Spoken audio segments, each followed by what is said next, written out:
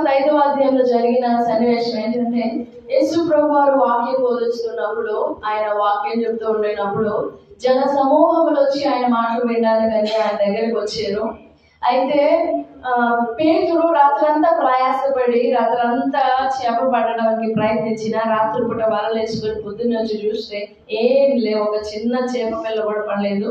So నిరాశతో భయంతో అక్కడే ఆ సరస్సు దగ్గర నిలిచి ఆ వలలని కడుక్కుంటూ ఉండినప్పుడు ప్రభు చూసి, ప్రభు సిమోన్ పేతురు దగ్గరకు వచ్చేసి అతని ధోనిని అడిగి, నీ ధోనిను లోతులకు తీసుకెళ్తావా, కొంచెం దరి నుండి కొంచెం త్రోయు అని అడిగి, ఫస్ట్ 3వ వచనంలో దరి నుండి కొంచెం త్రోయి అని అడిగారు, దాంట్లోనికి వచ్చారు, దానిలో కూర్చున్నారు. ఆ తర్వాత 4వ వచనంలో ఇప్పుడు ధోనిను లోతులకు తీసుకువెళ్ళు అని అడిగారు. ఆ తర్వాత చేపలు పట్టడానికి 4 స్టెప్స్ కదా. ఫస్ట్ స్టెప్ ఏంటి? నీ ధోనిను కొంచెం దరికి నడిపించు. 3వ వచనంలో కొంచెం దరికి త్రోయి, కొంచెం త్రోయు, దరి నుండి కొంచెం లోపలికి త్రోయు అని అడిగారు. సెకండ్, ప్రభు ఆ ధోనిలోనికి వచ్చి కూర్చుండి భోజిస్తున్నారు. First he came into the boat. Number 1, ఆ ధోనిను దరి నుండి కొంచెం లోపలికి, కొంచెం ఆ ఒడ్డునే, కాకపోతే కొంచెం లోతుకైతే కాదు, కొంచెం లోపలికి త్రోయు అని అడిగారు. నెంబర్ 1. నెంబర్ 2 ఏంటంటే, ఆ ధోనిలోనికి ఆయనే వచ్చి కూర్చున్నారు. చెప్పాలి అందరూ, ఆయనే వచ్చి ఏం చేస్తున్నారు? ఎక్కడికి కూర్చున్నారు? వింటున్నారా? నెంబర్ 1 ఏంటి? ధోనిను దరి అంటే ఒడ్డున ఉంది, ఒడ్డున పెట్టుకొని వలలన్నీ కడిగేసుకుంటున్నాడు ఇంటికి వెళ్ళిపోవాలని. ఆ ఒడ్డునున్న ధోనిని కొంచెం లోపలికి తోయమంటున్నారు ప్రభువారు. అది ఫస్ట్. సెకండ్ ఏంటిది? ప్రభువు ధోనిలోనికి వచ్చి కూర్చున్నారు. థర్డ్ ఏంటిది? ఇప్పుడు నీ ధోనిను కొంచెం లోపలికి తెచ్చావు కదా, ఇంకొంచెం లోతునకు తెచ్చుకోడు. ఇక్కడ దాకా వచ్చిన వానికి ఇక్కడ నుంచి లోతునకు వెళ్ళడం ఏమంత కష్టం కాదు. ఎలాగో స్టార్ట్ చేసావు కదా, నువ్వు స్టార్ట్ చేసిన ఈ వర్క్ ని ఇంకొంచెం లోతునకు తీసుకువెళ్ళు, you will find the blessing అని లోతునకు నడిపించమన్నారు. నెంబర్ 3. నెంబర్ 4 ఏంటి? 4 ఏంటి? చేపలు పట్టడానికి వలలు వేయాలి. నా మాటలు అర్థమవుతున్నాయా? చేపలు పట్టడానికి 4 మాటలు. నెంబర్ 1, దరి నుండి కొంచెం త్రోయాలి. నెంబర్ 2, దూరంలోకి వచ్చి కూర్చున్నారు. నెంబర్ 3, లోతులకు నడిపించాలి. నెంబర్ 4, చేపలు పట్టడానికి వలలు వేయాలి. ఇక్కడ పేతురు జీవితంలో మనం ఆలోచన చేసినప్పుడు, పేతురు నిజంగా లోతుల్లోనికి వెళ్ళాడా? ప్రశ్న. Let's meditate that. నిజంగా పేతురు లోతుల్లోనికి వెళ్ళాడా లేదా? ఒకసారి పేతురు జీవితం ఆలోచన చేయండి. వెళ్ళాడా వెళ్ళలేదా ఆలోచన చేయండి. పేతురు నిజంగా లోతుల్లోనికి వెళ్ళాడా?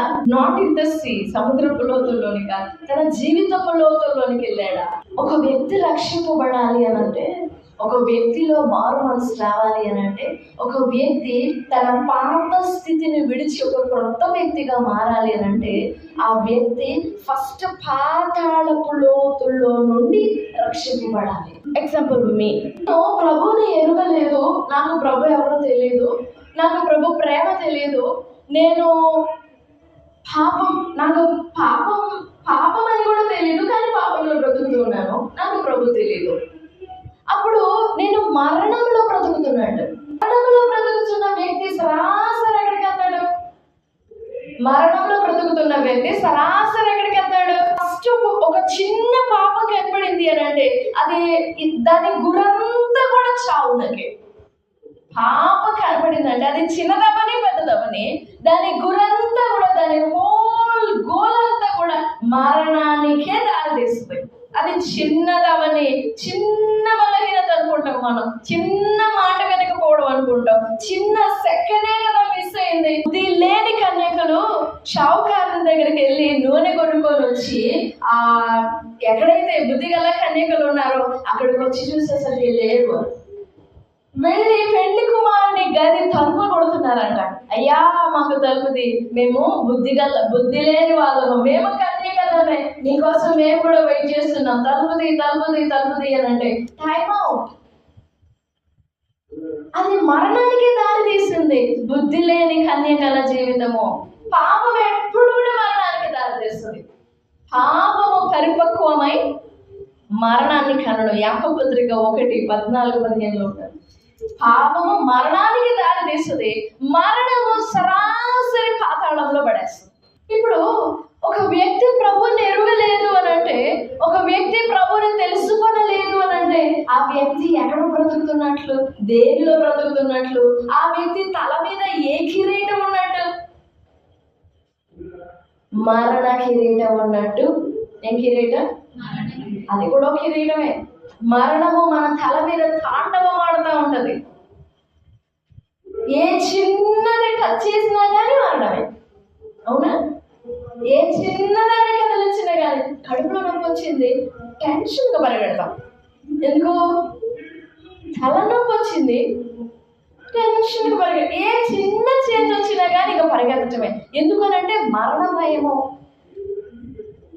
ఒక మనిషి రక్షింపబడాలంటే తాను ఏ స్థితిలో ఉన్నాడో ఆ స్థితి లోతులో నుండి రక్షింపబడాలి.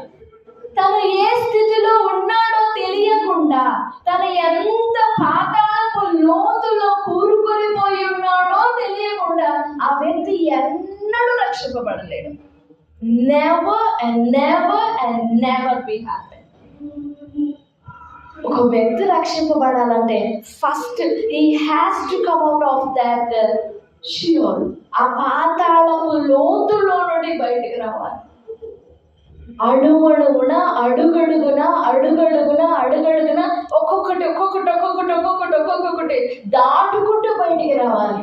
వాటిల్లో ఆ పాతాళము నిర్మితమైన మరణము నిర్మితమైన పాపములలో ఏ చిన్నది మిస్ అవుట్ అయినా ఖచ్చితంగా మరల మనం ఎక్కడికి, ప్రపంచమంతా తిరిగి సరాసరి అక్కడికే వస్తాం. పాతాళపు లోతులో నుండి రక్షింపబడడం అంటే, సరే చిన్న ప్రశ్న, నిజంగా నువ్వు పాతాళంలో నుండి రక్షింపబడ్డావని తెలుసా? నీకు తెలుసా?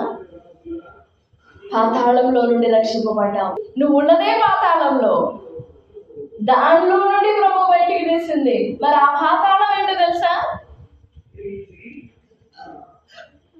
ఆ మరణం ఏంటో నీకు అర్థమవుతుందా? నువ్వు ఎలాంటి స్థితిలో నుండి రక్షింపబడుతున్నావో, ఎలాంటి పరిస్థితుల్లో నుండి నువ్వు విమోచింపబడుతున్నావో అది నీ అంతరంగానికి, నీ ఆత్మకు అర్థమవుతుందా? చాలా మందికి అసలు ఇవేమీ తెలియదు.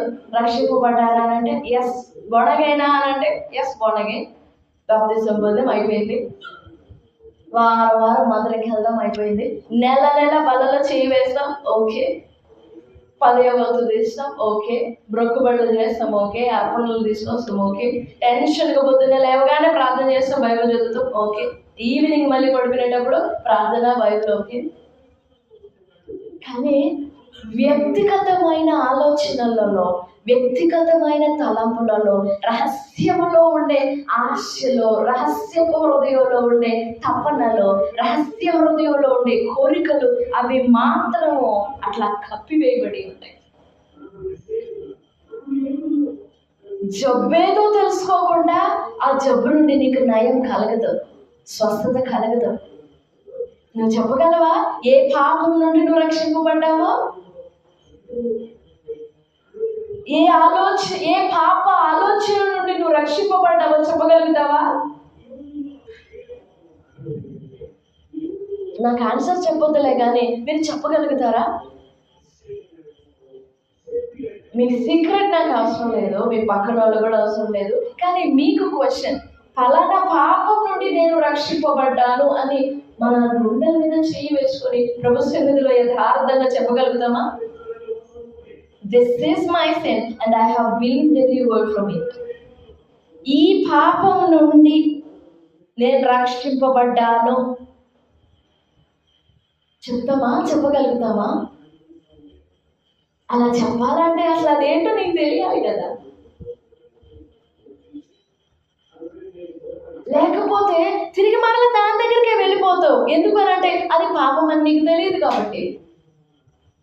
మరలా మరలా మరలా మరలా మరలా అదే పాపములో కొనసాగుతుండడము.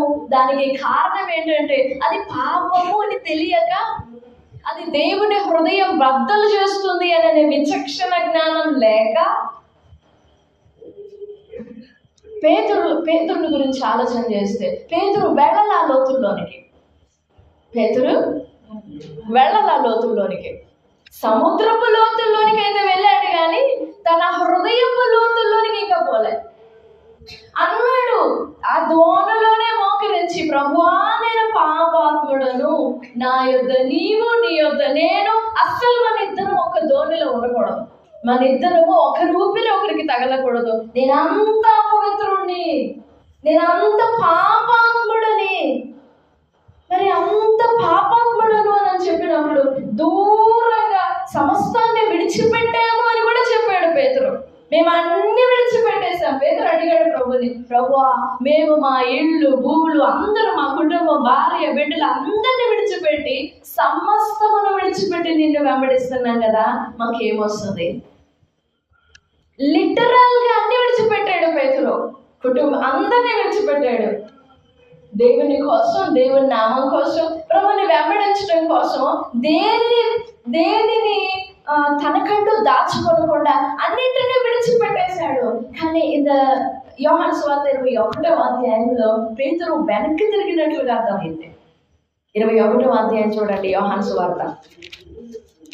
ఆయన ఎవరో నాకు తెలియదు అని ఒట్టు పెట్టుకోవడం స్టార్ట్ చేశాడంట. తను శపించుకోవడం మొదలు పెట్టాడంట. నా మీద ఒట్టు, లేకపోతే నీ మీద ఒట్టు. అసలు ఆ మనిషి ఎవరో నాకు తెలియదు. మరి మనల్ని మనం శపించుకోవాల్సినంత అవసరం ఏంటి? శపించుకున్నాడంట పేతురుని గురించి భాగంలో చదవచ్చు మనం. 3 సార్లు కోడి కొయ్యక మునుపు ఆయన ఎవరో నాకు తెలియదు అన్నాడు. ఆయన ఎవరో నాకు తెలియదు. ఆయన కోసమే కదా అన్ని విడిచిపెట్టావు, ఆయన కోసమే కదా అన్ని త్యాగం చేసేసావు. కానీ ఇప్పుడు వచ్చేసి ఆయన ఎవరో నాకు తెలియదు అన్నాడు. తెలీదు అనేసి దూరమనే. అసలు ఈ సంగతి అంతా ఏమైతే చూద్దాం, ఈయనని ఎలా సెలవు వేస్తారు, ఈయన మరణం ఎలా ఉండిద్దో చూద్దాం అని చెప్పేసి పేతురు దూరం నుండి చూస్తున్నాడు. ఒక పక్కన ప్రభు వారిని కొరడాలతో కొడుతూ ఉన్నారు, ఆయనని విచారణ చేస్తా ఉన్నారు. ఆ పరిచయాలు, సదువుకాయలు అందరూ కలిసి, ఆ పెద్దలందరూ కలిసి. మరి అలాంటి ఆయన శరీరం మీద దెబ్బలు కొడుతూ ఉన్నాయి, అంటే కొడుతూ ఉన్నారు. ఆయనను చిత్రహింసలు చేస్తున్నారు, చిత్రవద చేస్తున్నారు. ఆయన ఆయన ఆయన దేహానికి ఎంతో గాయం కలుగుతుంది. అప్పుడు తనను అప్పగించిన వాడు ఎవరు? అప్పగించిన వాడు అనగానే మనకి గుర్తొచ్చేది ఇస్కరియోతు యోధ. కానీ యోధ కంటే ఎక్కువగా అప్పగించాడు ఎవరు? దగ్గర నుండి, ఇదిగో నేను రేపు యెరూషలేమునకు వెళ్ళి అక్కడ నేను చనిపోతాను, చిత్రహింసలు అనుభవించి చనిపోతాను, మరలా 3 దినాల తర్వాత లేస్తాను అని చెప్పి తనకి బాగా దగ్గరగా ఉన్న వాళ్ళతో, మంచి క్లోజ్ ఫ్రెండ్స్ అనమాట, క్లోజ్ డిసైపుల్స్, వాళ్ళతో చెప్తే ఇట్ట పట్టుకొని చేతులు పట్టుకొని, ప్రభువా వద్దు, అసలు నీకు అది జరగకూడదు, నీకు అది జరగటం నాకు ఇష్టం లేదు. అంత ధైర్యంగా అడగలిగాడా? మిగతా వాళ్ళు ఎవరు అనలేకపోయారు అన్నమాట. కానీ పేతురు అనగలిగాడు, ప్రభువా నీకు అది అలా జరగకూడదు, అసలు నాకు అది ఇష్టం లేదు అని అడ్డగించాడు. ఎంత అన్యోన్యం ఉండకపోతే అలా అన్నాడు. ఎంత క్లోజ్ ఫెలోషిప్ ఉండింది పేతురికి, ప్రభుకి. అలాంటి మంచి సహవాసంలో ఉండిన వ్యక్తి ఇప్పుడు ఆయన ఎవరో నాకు తెలియదు అని. కానీ ప్రభు మనసు ఎంత గాయపడి ఉండాలి? గాయపడుతుందా? తెలుసు పేతురు అబద్ధం ఆడతాడని తెలిసినా కానీ ఆయన శరీరంలో ఉన్నాడు కదా, శరీరమును దాచుకొని ఉన్నాడు కదా. ఆయన కూడా ఎమోషన్స్ ఉన్నాయి, బిట్రేయల్స్ ఉన్నాయి, ఆయన మోసపోయిన బాధ ఉంది ఆయన కూడా. ఇదేంటి నా పక్కన ఎదుగుతా ఉన్నాడు, ఆ బాధలో నుండి తన శరీరం మీద దెబ్బలు పడుతూ ఉన్నాయి, కొడుతూ ఉన్నారు ఆయన్ని. ఈ మానసికంగా మనసులో అప్పగించిన వారి ఇస్కరియోతు యోధాని గురించి, పేతురు గురించి, ఆ నమ్మని తోమా గురించి, దొప్పుడే తోమాని గురించి మనసులో ఎన్నో గాయాలు ఉన్నాయి, మనసులో ఎంతో భారం ఉంది. కానీ దాని అంతట్లో కూడా ప్రభు ఒక్కసారి అట్టు చూశారంట. ఎవరికెళ్ళి ఈ భారం అంతట్లో ఒక పక్క ఆయన్ని కొడుతున్నారు, ఒక పక్క ఆయన్ని దూషిస్తున్నారు, ఒక పక్క ఆయనని అవమానపరుస్తున్నారు, ఒక పక్క ఆయన్ని హేళన చేస్తున్నారు, ఒక పక్క ఆయన ఆయన శరీరం మీద గాయాలవుతున్నాయి, మనస్సులో బాధ. వీటన్నిటిని మరి ఎట్లా తయారు చేశారు ప్రభు? వీటన్నిటిలో నుండి అలా చూసారంట పేతురుని. అంతే, జస్ట్ వన్ సైట్, అంతే, ఫస్ట్ సైట్ అంతే. ఇంకా తర్వాత మాటలేం లేవు. అంత దూరంలో పేదరితో ఏం మాట్లాడతాడు? ఏం మాట్లాడితే పేదరికి అర్థమైంది. అసలు ఆయన ఎవరో నాకు తెలియదు అన్నాడు కదా, మాట్లాడే ఛాయిసెస్ లేవు. కానీ ప్రభు అలా చూడగానే మొత్తం తల మొదలుగా నరి కాలు వరకు గడగడ ఉనికి ప్రారంభమైంది పేదరిలో. నిలువెల్ల పశ్చాత్తాపం వచ్చేసింది, భయం వచ్చేసింది. భయం, అమ్మో ఏమైతుందో ఇంకా నాకు, భయం వచ్చేసి ఇంకా పరిగెత్తాడు. 21వ అధ్యాయం యోహాను సువార్త. తిబేరియా సముద్ర తీరంలో కొంతమంది శిష్యులు తీసుకొని, ఇదిగో మన పని అయిపోయింది కదా, వెంబడించాలనుకొని వచ్చాము. ఆయన వెంబడించాము, ఆయనేమో చనిపోయాడు. ఇంకేం చేస్తాం పదండి అని చెప్పేసి తన కొంతమందిని, అక్కడ ఉన్న శిష్యులను, నాతో పాటు ఎవరైనా వస్తారా, నేను చేప పట్టడానికి నేను వెళ్తున్నాను అని అంటే, పేతురుని అంతవరకు మంచి స్టార్టింగ్ నుండి ఇప్పటి వరకు చూసిన భక్తులు ఉన్నారు కదా, పేతురు భక్తిని చూసిన వాళ్ళు ఉన్నారు కదా, పేతురు అయిపోతుంటే మేము లెక్క అనుకొని పేతురు గమనించారు. అందరూ కలిసి సముద్ర తీరం దగ్గరికి వెళ్ళేసి చేపలు పడుతున్నప్పుడు ప్రభు వచ్చి మాట్లాడతారు. ఎందుకు వెళ్ళిపోయాడు పేతురు అక్కడికి? తన దోణిని విడిచిపెట్టాడు కదా, తన వల విడిచిపెట్టాడు కదా, తన తండ్రిని విడిచిపెట్టాడు కదా. ఇప్పుడు వచ్చిన దోణి ఎక్కడిది? ఇప్పుడు వచ్చిన వల ఎక్కడి నుంచి వచ్చింది? పోనీ తను డబ్బు పెట్టి కొనుక్కున్నా కానీ ఆ మైండ్, ఆ వల పట్టే విధానాన్ని, ఆ జీవితాన్ని వద్దనుకున్నాడు కదా, దాన్ని విసర్జించాడు కదా, దాన్ని వద్దనుకొని విడిచిపెట్టి అక్కడ పడేసి ప్రభు దగ్గరకు వచ్చాడు కదా, ప్రభువే కావాలనుకొని వచ్చాడు కదా. ఇప్పుడు మళ్ళా దాని దగ్గరికి ఎలా వెళ్ళగలడు పేతురు? ప్రభువుని కాదని, ప్రభువుని. సరే ప్రభు చూడగానే నీకు పశ్చాత్తాపం వచ్చింది, బాధపడుతున్నావు, వెంటనే ఏం చేయాలి? బాధ కలిగితే ప్రభు దగ్గరికి కదా పరిగెత్తాల్సింది. ఏదో ఒకటి చెయ్యయ్యా, నువ్వు నన్ను క్షమించాల్సిందే, నువ్వేం చేస్తావో నాకు తెలియదు, అలా కదా బ్రతిమాలాల్సింది. అలా ఏమి చేయకుండా పోయి తను ఏదైతే విడిచిపెట్టాడో దాని దగ్గరికి పరిగెత్తాడు. కానీ అదే లాస్ట్ అండి, ఇంకెప్పుడు పరిగెత్తలేదు అలాగా, జీవితంలో వాటి జోలికి పోలేదు, లోతులకు వెళ్ళాల. అందుకే తను విడిచిపెట్టినది ఏదో అది గుర్తుండింది పేతురికి. విడిచిపెట్టినదేదో అది గుర్తు ఉండకూడదు, ఆ దారి మరవాలి మనం. 11వ అధ్యాయం హెబ్రీ పత్రిక 14-15 వచనం. ఇలాగ చెప్పువారు తమ స్వదేశమును వెతుకుచున్నామని విషదపరచుచున్నారు కారా, వారు ఏ దేశం నుండి వచ్చిరో ఆ దేశమును జ్ఞాపకమందుంచుకున్న ఎడల మరలా వెళ్ళుటకు. ఏంటి దాని అర్థం? అంటే జ్ఞాపకం ఉంచుకోనకూడదు, మరలా విడిచి వచ్చిన దాని దగ్గరికి వెళ్ళటానికి దానిని గురించిన జ్ఞాపకం మనకు ఉండకూడదు. ఒకవేళ దాని గురించిన జ్ఞాపకం మనకు ఉండింది అని అంటే మరలా అక్కడికి వెళ్ళే అవకాశం ఉంది, 100% ఉంది. నా మాటలు అర్థమవుతున్నాయా?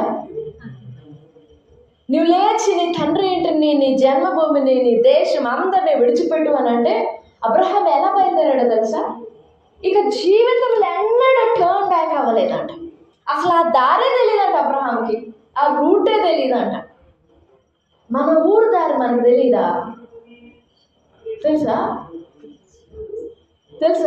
కళ్ళు మూసుకొని కూడా వెళ్ళగలం కదా, కానీ అబ్రహాం అట దారి తెలియదంట. ఇంకా అంతగా దేవుని ఆజ్ఞ మీద నిమగ్నమై ఉంది తన అటెన్షన్ అంతా కూడా.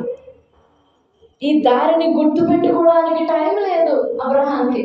ఈ మార్గాన్ని గుర్తుపెట్టుకొని, ఈ దేశాన్ని గుర్తుపెట్టుకొని, ఫలానా అప్పుడు దేవుడు నాతో మాట్లాడితే ఫలానా నా దేశాన్ని విడిచిపెట్టానే, నేను నా దేశం విడిచిపెట్టానని తనని గురించి తను చెప్పుకోవడానికి కూడా ఒక మాట కూడా గుర్తులేదట అబ్రహాంకి. అంత నిమగ్నమై ఉంది అబ్రహాము హృదయము దేవుడు చెప్పిన ఆజ్ఞ మీద. విడిచిపెట్టేశాడు. మరి పేతురు ఎందుకని అలా విడవాలా? Something is wrong with him. నమ్మలా, విశ్వసించలా. తను ఎంత లోతులో నుండి రక్షింపబడినాడో, ఎంత అగాధ కూపంలో నుండి రక్షింపబడినాడో, తన మీద ఎంత అపారమైన ప్రేమ కనపరచబడుతుందో పేతురు అండర్స్టాండ్ అవ్వలేదు పేతురుకి. అందుకే తనకి గుర్తుంది ఆ మార్గం ఏంటో. మన జీవితంలో నిజంగా మనం లోతుల్లో నుండి రక్షింపబడ్డామా? నీవు పరీక్ష చేసుకో. నువ్వు లోతుల్లో నుండి రక్షింపబడ్డావా? నువ్వు విడిచి వచ్చిన దాని యొద్దకు తిరిగి మళ్ళకుండా, నువ్వు విడిచి వచ్చిన మార్గము నీకు జ్ఞాపకం లేకుండా నువ్వు మరచిపోవునట్లుగా అంతగా నువ్వు రక్షింపబడ్డావా? ఒకవేళ అంత లోతుల నుండి నువ్వు రక్షింపబడకపోతే పేతురు లాగా మళ్ళుతావు వెనక్కి. షూర్, ఖచ్చితంగా అది చాలా ప్రమాదకరమైన పరిస్థితి. 40 సంవత్సరాలు మేఘస్తంభం, అగ్నిస్తంభం, మన్నా, నీళ్లు అన్నీ ఇచ్చి నడిపించుకుంటూ వచ్చాడు దేవుడు. వాళ్ళు ప్రయాణం చేయడానికైతే చేస్తున్నారు, నడవడానికి వాగ్దాన దేశం వైపే కాళ్ళు అంటే తిరిగి ఉన్నాయి. కానీ హృదయం మాత్రం, మనస్సు మాత్రం కీరకాయలు, దోసకాయలు, ఉల్లిగడ్డలు. అది ఎంత భయంకరమైన మనస్సు ఆలోచించండి. నీకు ఆ మనసు గుర్తుండకూడదు. నువ్వు విడిచినది ఏంటో, మీ ప్రాచీన స్వభావమును వదులుకొని, కొత్త నిబంధన మాట అది. మీ ప్రాచీన స్వభావమును వదులుకొని మీరు నవీన స్వభావాన్ని ధరించుకోవాలి. నువ్వు చెప్పగలుగుతావా? ఇదిగో నేను మారు మనసు లేనప్పుడు నాకున్న అలవాటు ఇది, నా మాట తీరేది, నా మాటలు ఇవి, నా క్రియలు ఇవి, నా పద్ధతులు ఇవి, కానీ ఇప్పుడు నేను మార్చబడ్డాను, ఐఎమ్ సేవ్డ్ అని చెప్పగలుగుతావా? నువ్వు ఏ క్రియలలో నుండి బయటపడ్డావో తెలుసా నీకు? 38వ కీర్తన ఇందాక చదివాం కదా, దాంట్లో ఒక 4-5 మాటలు చూపిస్తాను చూడండి. 38వ కీర్తన. ఈ కీర్తన ఒక పశ్చాత్తాప కీర్తన, ఒక వేదన కీర్తన. ఇందులో పాపముని గురించి దావీదు కీర్తన ఇది. ఎన్ని రకాలుగా మాట్లాడుతున్నాడో చూడండి. మొదటి వచనంలో, నేను వచనం చదువుతాను, మీరు గమనించండి. కోపోద్రేకము చేత దేవుని ఉగ్రత, దేవుని కోపం ఎన్ని విధాలుగా వర్ణిస్తూ ఉన్నాడు దావీదు. యెహోవా కోపోద్రేకము చేత నన్ను గద్దింపకు, నీ ఉగ్రత చేత నన్ను, నీ బాణాలు నాలో గట్టిగా నాటి ఉన్నాయి, నీ చెయ్యి నా మీద భారంగా ఉంది, నీ కోపాగ్ని వలన ఆరోగ్యము నా శరీరం విడిచిపోయింది. ఆ మొదటి వచనం నుండి క్రింద 10వ వచనము వరకు ఎన్ని మాటలు ఉన్నాయో చూడండి. నా దోషములు నా తల మీదుగా పొర్లిపోయినవి, నేను మోయలేని బరువు వెళ్ళే అవి నా మీద మోపబడి ఉన్నవి, నేను శ్రమ చేత మిక్కిలి కృంగి ఉన్నాను. 5, నా మూర్ఖత వలన కలిగిన నా గాయాలు దుర్వాసన వస్తున్నాయి. తెలుసా, నీలో ఉన్న మూర్ఖత, నీలో ఉండిన గర్వము, నీలో ఉండిన అవిధేయత, నీలో ఉండిన అవిశ్వాసము నీకు ఎంత దుర్వాసన తీసుకొస్తుందో నీకు అర్థమవుతుందా?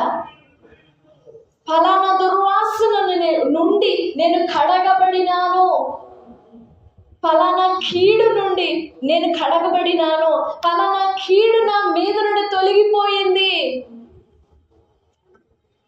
మనకి అలాంటి గ్రహింపు ఉందా? అదే లోతులో నుండి నువ్వు రక్షింపబడ్డావా? అయితే విషయం ఏంటంటే, మనలో చాలా మందిని అగగువలే సంబరపడతా ఉంటాం. అతను అనుకున్నాడు నా మరణ దినం పోయింది పోయింది పోయింది అని. మనం కూడా అట్లాగనే, నేను ఫలానా పాపం విడిచిపెట్టాను అనుకుంటున్నాం. No, still there. ఫలానా ఆలోచన విడిచిపెట్టాను అనుకుంటున్నావు, స్టిల్ ఇట్స్ దేర్. విడిచిపెట్టు అంటే you will forget that way. And you will never go back to it. ఇంక వెళ్ళం వెనక్కి. పాపమును గురించిన అవగాహన, సరి అయిన జ్ఞానమే లేకపోతే ఇక మనం దేవుణ్ణి ఎలా వెంబడిస్తామండి? ఇంకా దేవుణ్ణి ఎలా ప్రేమిస్తాం? మనం దేవుణ్ణి ప్రేమించడం అంటే పాపం విసర్జించడం కదా. అందుకే లాస్ట్లో అడిగారు ప్రభు పేతుర్ని, నువ్వు నన్ను ప్రేమిస్తున్నావా? నా కోసం ప్రాణం ఇస్తానన్నావు కదా, నేనెవరో తెలియనన్నావు కదా, ఇప్పుడు అడుగుతున్నాను చెప్పు, నువ్వు నన్ను ప్రేమిస్తున్నావా?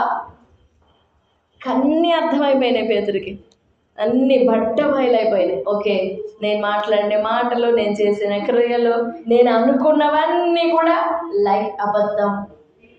సో అవంతా నాకు తెలియదు ప్రభువా, నేను నిన్ను ప్రేమిస్తున్నానో లేదో నీకే తెలుసు కదా, నీవే ఎరుగుదువు కదా అని చక్కగా తప్పించుకుంటాడు పేతురు. ఈ రాత్రికాల సమయంలో నీవు నేను లోతుల్లో నుండి రక్షింపబడాలి. లేనట్లయితే వెళ్ళిపోతాం, జారిపోతాం. ఏదన్నా ఒక మంచి హార్డ్ దెబ్బ, గట్టి దెబ్బ తగిలిందనంటే ఖచ్చితంగా విడిచిపెడతావు దేవుణ్ణి. పట్టుకోలేవు, నిలబడలేవు. అలాంటి దినాలు, అంత చెడ్డ దినాల్లో ఉన్నాం మనం. నువ్వు గట్టిగా దేవుణ్ణి పట్టుకోవాలి అని అంటే నువ్వు లోతుల నుండి రక్షింపబడాల్సిందే. తుమ్మితే ఊడిపోయేటట్లుగా ఉండకూడదు. మన విశ్వాసము, మన ప్రార్థన, మన విధేయత, మన భయాలు, మన దేవుని యందు కలిగిన పరిశుద్ధ భయము తుమ్మితే ఊడిపోయేటట్లు ఉండకూడదు. చిన్న అసలు కొంచెం అట్లా పేపర్ కదిలినా కానీ అమ్మో తుఫాన్ వచ్చింది అనుకుంటాం. పేపర్ కదిలితే మనం లోతుల్లో నుండి రక్షింపబడాలండి. ఒకసారి నీ లోతుల్లోనికి తొంగి చూసుకో, అసలు రక్షింపబడ్డావా? నీ హృదయపు లోతుల్లో నుండి నువ్వు చూపించవచ్చు. పేతురులాగా నీ దోణి విడిచిపెట్టినట్టు, లేదా నీ బల విడిచిపెట్టినట్టు చూపించవచ్చు. అవి చూసి నువ్వు తృప్తి పడవచ్చు. కానీ నీ హృదయం మాత్రం విడవలేదు. దేశం విడిచిపెట్టచ్చు ఆ ఇశ్రాయేలీలాగా, కానీ ఆ దేశమంతటిని గుండెల్లో మోస్తా ఉన్నారు వాళ్ళు. ఏం లాభం? లోపల నుంచి బయటకు వచ్చినా ఒకటే, దాన్ని బయటకు వచ్చి మోస్తున్నా ఒకటే. సొదొమ నుండి తప్పించుకున్నది లోతు భార్య, లోతు కుమార్తెలు కూడా. సొదొమ నుండి బయటకు వచ్చారు, అగ్ని నుండి అయితే తప్పించుకొని బయటకు వచ్చారు, కానీ వాళ్ళ హృదయాలు కాపాడబడలేదా? లోతు భార్య అలానే అయిపోయింది, లోతు కుమార్తెలు కూడా అలాగనే అయిపోయారు. ఈ రాత్రి అనుకోవద్దు, భ్రమపడవద్దు, ఆ అగుగువలే అనుకోవద్దు, నా మరణ దినం సమస్య పోయేదే అని అనుకోవద్దు. Make sure of it. నువ్వు ఖచ్చితంగా, ఖండితంగా తెలుసుకో. ఖండితముగా, చాలా ఖచ్చితముగా, నిజముగా నీ స్థితిని ఏంటో నువ్వు తెలుసుకోవాలి. నువ్వు రక్షింపబడ్డావా లేదా? ఇదేంటి ఇన్ని సంవత్సరాల అనుభవం తర్వాత రక్షింపబడ్డావా లేదా అనే ప్రశ్న అని సందేహం రావచ్చు. తప్పులేదు, పరీక్ష చేసుకోవడంలో తప్పులేదు, సరి చేసుకోవడంలో తప్పులేదు. అబ్రహాము ఎన్నో ఏండ్లు దేవునితో నడిచాడు, వెంబడించాడు, కానీ ఎన్నడూ కూడా తన వెనక దారి గుర్తుకు రాలేదు. అదే కొత్త నిబంధనలో పౌలు అంటాడు, వెనుకున్న వాటినన్నిటినీ మరచి ముందున్న వాటికై వేగిరపడి వేగముగా పరిగెడతాం. ఎందుకు వేగంగా పరిగెత్తాలి అని అంటే అది గుర్తు లేకుండా తప్పించుకొని పారిపోవాలి. అది గుర్తు లేకుండా పరిగెత్తాలి. పాపం నుండి పరిగెత్తడం అంటే అది. నీ హృదయపు లోతుల్లో పరిశీలన చేసుకో, పరీక్ష చేసుకో. విడుదల పొందావా? రక్షించబడ్డావా? నీ లోతుల్లో నుండి, పాతాళపు లోతు నుండి, పాపపు లోతుల్లో నుండి, శాపపు లోతుల్లో నుండి నువ్వు రక్షింపబడ్డావా? లేదా పేతురులాగా దోణిని చూపిస్తాం, నేను అది విడిచిపెట్టాను అని బొమ్మ చూపించడం, అదే ఉంటుంది కదా ఇంట్లో పటం, నేను దాన్ని విడిచిపెట్టానని చూపించుకోవడం. లేదా ఏదో కంటికి కనపడే మనుషులకు నచ్చ చెప్పడానికి ఏవో 4-5 కనపడతాయి, వాటిని బట్టి తృప్తి పడద్దు. నీ హృదయపు లోతుల్ని పరీక్ష చేసుకో, రక్షింపబడ్డావా లేదా అని. ప్రభు మనకి ఇచ్చిన అద్భుతమైన సమయాన్ని మనం వృధా చేసుకోవద్దు, వేస్ట్ చేసుకోవద్దు. ప్రభు సన్నిధిలో వేడుకుందాం. దేవా, పేతురు వలె దోణని వాళ్ళని విడిచిపెట్టినట్లుగా నేను అలా కాదు, నేను లోతుల్లో నుండి విడుదల పొందాలి, నా హృదయపు లోతుల్లో నుండి నేను మారు మనసు పొందాలి, నాకు సహాయపడండి, ఈ కృప నేను పోగొట్టుకోకూడదు, నన్ను దర్శించండి అని ప్రభు సన్నిధిలో వేడుకుందాం. ప్రభు సహాయపడతారు. దేవుడి మాటలన్నీ మనం వెనుకల్లో దీవించుగాక. ఆమేన్, ఆమేన్.